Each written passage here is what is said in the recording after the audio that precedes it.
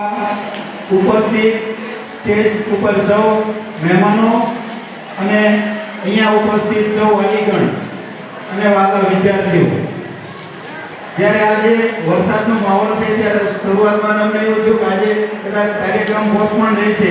પણ એકવાર જોરદાર આપણે આયોજકોને તાળીઓથી વધાવી દઈશું કે આટલા વરસાદી માહોલમાં પણ કાર્યક્રમ શરૂ રાખી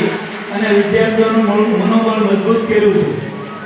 ત્યારે અગાઉ વક્તાઓએ ઘણી બધી વાત કરી, જ્યારે વિદ્યાર્થીની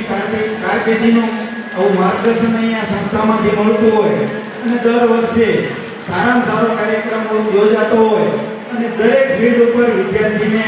જ્યારે પ્રોત્સાહન મળતું હોય, એને નાનું મોટું ઇનામ મળતું હોય, ત્યારે એને વધારે ને વધારે ધગશ થતી હોય અને આગળ જવા માટે જ્યારે પ્રોત્સાહન આ સંસ્થા દ્વારા મળતું હોય ત્યારે અહીંયા તમામ સ્ટાફગણ અને ખાસ કરીને અહીંયા ઉપસ્થિત એવા આપણા વ્યસ્ત હોય છતાં પણ આવા કાર્યક્રમો દરેક તાલુકા મથકે જિલ્લા મથકે પણ એ ઉપસ્થિત રહે છે અને આજે આપણી વચ્ચે ઉપસ્થિત છે ત્યારે વધારે વધારે વિદ્યાર્થીઓ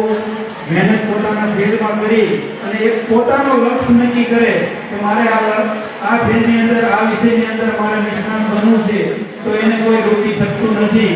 ત્યારે આગામી દિવસોમાં હરિભાઈનો યુગ આવવાનો છે. ઘણી બધી સંસ્થાઓ આપણી સમાજની પણ જ્ઞાતિની પણ સંસ્થાઓ ટ્રેનિંગ આપી અને કોમ્પિટિશનની એક્ઝામમાં આગળ વધવા માટે પ્રેરણા આપે છે, પણ પોતાનું મન જ્યાં સુધી મક્કમ ન હોય ત્યાં સુધી તમે કોઈ ફિલ્ડમાં સક્સેસ થવાના નથી. ત્યારે વધારે ન કહેતા એકવાર ફરીથી હૃદયથી આભાર માનું છું કે આવા વરસાદી વાતાવરણ વચ્ચે પણ વિદ્યાર્થીઓને પ્રોત્સાહન કરવાનો કાર્યક્રમ આજે ગોઠવો અને અહીંયા અમને બે શબ્દો બોલવાની તક આપી એ બદલ સંસ્થાનો અને એના આયોજકોનો ખૂબ ખૂબ આભાર. અસ્તુ ભારત.